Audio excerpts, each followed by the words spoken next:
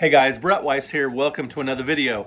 Talking about Intellivision today, but not the Amico. I'm talking about the original Intellivision, or at least the Intellivision Flashback, the plug-and-play console that had a ton of Intellivision games on here and some unreleased Intellivision games on here that's really cool. Now the system is great, this plug-and-play console. It looks a lot like the original Intellivision. The controllers are excellent. I like this better than the ColecoVision Flashback because the design of it is really cool, the controllers are better, and it just seems more faithful to the original Intellivision design than the ColecoVision Flashback does to its respective console. Now you guys know ColecoVision is my favorite pre-NES console, but the Intellivision Flashback really killed it in terms of design. It's a great flashback console with some excellent games, and I'm going to count down my top 10 favorites. And I want you guys to let me know in the comments what your favorite Intellivision Flashback games are, your favorite ones that made it to the plug-and-play console. Now I'm fortunate enough to have this sleeve that fits over the console. This was released back in 2014, I believe, at the Classic Gaming Expo in Las Vegas, the excellent video game convention. And I got mine signed by Keith Robinson, the figurehead of Intellivision for many years, who kept the brand going long after the console had disappeared from store shelves, the original Intellivision. Great guy, a really great proponent for the Intellivision, for keeping the brand alive. And so I'm proud of that collector's item. And I think it's awesome that I've got a flashback because they've gone up quite a bit in recent times. They're quite a bit more. When they originally came out, they were 60 bucks for a flashback console. Some people thought this was a little expensive, and I did get mine for 40 something, I believe, when Dollar General had a really good sale on it. So let's get to it. My top 10 favorite games that are on the Intellivision Flashback console. So number 10, Slam Dunk Super Pro Basketball. This was a late release for the Intellivision. Now early in the life of the Intellivision, there were some great two-player sports games, but later on, there were advanced versions of sports for the Intellivision, and Super Pro Basketball is one of those. It's called Slam Dunk because you can actually dunk the ball in this game, unlike NBA Basketball, the older title for the Intellivision. Plus, now it kind of looks like NBA basketball, but it adds a bunch to the formula, including three-pointers, timeouts, substitutions, fouls, free throws, a one-player mode. Yeah, a lot of the early Intellivision games, particularly the sports titles, you could only play them with two players. So that was a much-needed, much welcome addition to that. There are statistics for the players. You can create a team from 74 fictional players. Games are 48 minutes long, which is a bit long for a game, but anyway, Slam Dunk Super Pro Basketball is a very good game. It's at number 10. It didn't make it higher because I prefer action games and shooters to sports titles, typically for, home consoles, but I do love me some Slam Dunk Super Pro Basketball and some NBA Jam and some, a lot of different basketball games for home consoles. But man, for such an old system, Slam Dunk really knocks it out of the park for the Intellivision. That's number 10. Number 9 is Tower of Doom. This is an elaborate action-adventure game with certain RPG elements. And that makes a lot of sense that it does have RPG elements because this was originally intended to be an advanced Dungeons & Dragons game. Now there are 10 selectable characters, 32 maze levels, and in this game, you gather food, you gather treasures, you gather weapons such as fire and swords, and you shoot monsters. You battle them, you can even bribe them. Pretty cool, elaborate game with great graphics. This is a fantastic game. Tower of Doom coming in at number 9. This is another late release, even though it should have been earlier in the life of the console, but it was released later on. Just a great game. Number 8, Space Cadet. Now, if you don't have the Intellivision Flashback, you may not have heard of this title because it was canceled before it was released. It was completed, but the game never came out officially on store shelves, but it is in the Flashback. It's for 2 players, like a lot of early Intellivision games, it's only for 2 players, and you fly in a flying saucer, and you knock asteroids, these sparkling asteroids, into an ice planet or a fire planet, your opponent's planet. And you do that to defeat the other player, and when their planet becomes, like your planet, they're toast. They're over, the game is over, you win. Really interesting, really simple, pick up and play action game for the Intellivision, and I really love that there are unreleased games on the Flashback, because I have a lot of the old cartridges, have a huge Intellivision collection, so it's a great bonus that it does have some unreleased games on this plug and play. Number 7, Space Armada. This is a Space Invaders clone. Now the aliens are bigger, the gameplay is a little more clunky, it's bulkier, I guess you could say. And it's just not as refined as Space Invaders, and it's certainly not as good as Space Invaders for the Atari 2600 with all of its, many options. It's a simpler game than Space Invaders for the 2600, but it's still a lot of fun. It does have invisible invaders like the 2600 version. As you progress in the game, it gets more difficult and the invaders disappear. But this is not an option on the Intellivision game. It's not optional. As the game progresses, invaders start becoming invisible. In the Atari 2600, you don't have to have this on. You can play the game without invisible invaders. But anyway, even though Space Armada is only sort of a solid or mediocre even, or just good Space Invaders clones, there are certainly better Space Invaders clones. I still enjoy it because the basic mechanic of Space Invaders, just firing upward at rows of descending invaders, rows of monsters, never gets old. It's a timeless concept, and I still like me some Space Armada. It's a fun game. That's the bottom line. That comes in at number 7 because I love shooters. Yeah, Tower of Doom is technically a better game, but I play Space Armada more often. At number 6, Pinball. Now this is a really cool game on the Intellivision. I grew up playing some pinball on the Odyssey 2 and the Atari 2600, and a little bit later I played pinball on the Intellivision, and I was surprised how good it was. It's got 3 colorful screens, each with 2 sets of flippers. It's got really good ball physics, and it's got a lot of table features like spinners, flashing targets, spinning targets, bumpers, drop targets, gates, targets that spell out pinball, and more. This is a really sophisticated game for the Intellivision, relatively speaking, for the console. It's colorful, it's fun, and like a lot of, or most, maybe all video pinball games, it is definitely a pick up and play title that you can just jump right into. Pinball at number 6.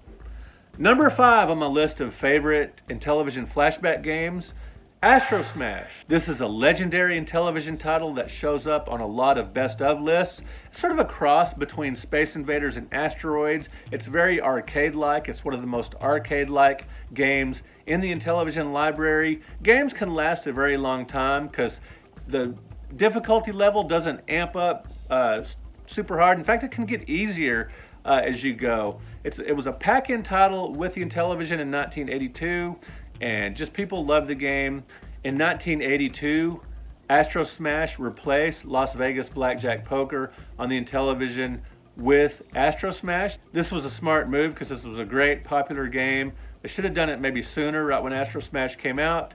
But whatever, it's a great game. It's a very common game that a lot of people love. Now, the game was ported to the Atari 2600 by Intellivision, or by Mattel, I should say, under their M Network category as Astro Blast, and I like it even better than Astro Smash. It's more challenging, and you can use the paddle controllers, but still Astro Smash is still a great game. And it's just, if you just want to kick back and you got some extra time, but you don't want anything too complicated, play some Astro Smash. It's a lot of fun. All right, coming in at number 4 is Thin Ice.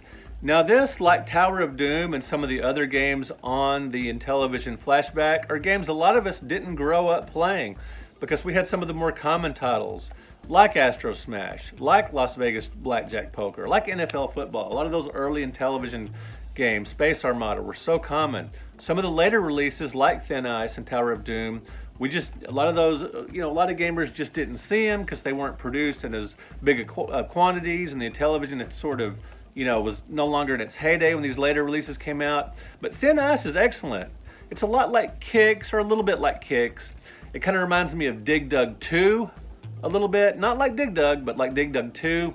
And it's obviously patterned after Disco #1, the Data East arcade game. You guide a skating penguin named Duncan who draws lines on ice to weaken it and drop other penguins into frozen ponds. A little bit of Pingo here just because of a penguin. The game's not really that much like it, but I love me some penguin games for whatever reason, like Antarctic Adventure on the ColecoVision. You dunk seals and polar bears. You can gobble up shrimp cocktails for extra speed, which is great because a lot of Intellivision games are kind of slow, so nice to have a little speeded up action there. Now, between each level, a Zamboni machine comes out and cleans up the ice. That is awesome. Thin Ice, I highly recommend it.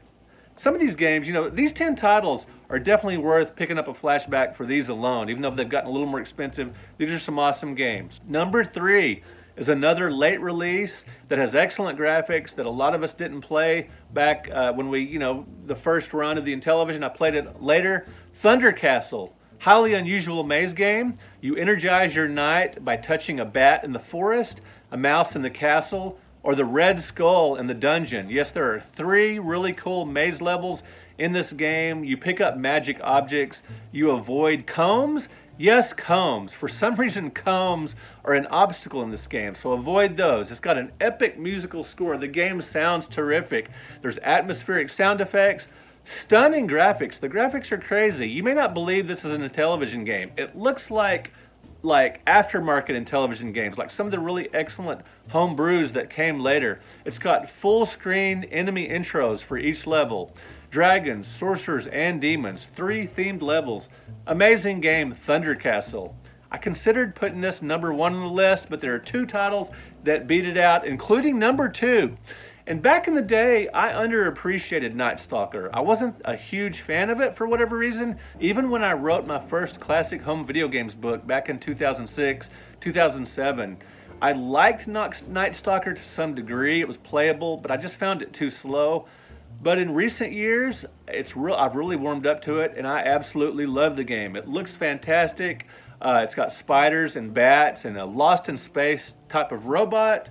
You guide your character through a haunted cave, and it is slow, like I said, but that's fine. I like it now. For whatever reason, it doesn't seem too slow to me anymore. It is awesome, and it's got a really unusual shooting mechanic. You retrieve your gun when your gunfire, you know, when your ammo runs out. You go in another part of the maze to retrieve your gun to shoot the creatures and stuff. It's a fantastic game, Night Stalker, and it was ported to the Atari 2600 as well under the M network. What do they call it? I can't remember off the top of my head, but hey. Okay, that's going to bug me that I can't remember what Night Stalker for the Atari 2600 is called, because I don't want to get comments, so hold on a second. As Dark Cavern, excellent. Now, Night Stalker was one of those games I was looking forward to on the Intellivision Amico, but the upgraded, remade version, but we may never see that. As you guys know, that has gone south. We shall see.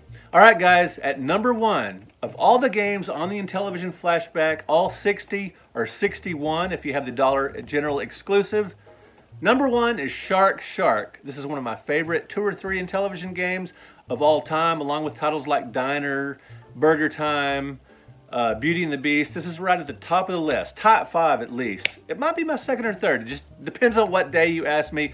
I love me some Shark Shark. It's basically a virtual aquarium. It's got blue water, coral, seaweed, crabs, lobsters, seahorses. It's a very simple concept. You start off as a small fish, but you eat smaller fish to grow bigger. And it's very simple. It's a Zen-like game. It's very challenging, but smooth. It never gets frustrating. The challenge does amp up, and you've got to avoid the shark, but you can also come up from behind him and nip away at him and eat him. But this is a fantastic game, even though it is simple.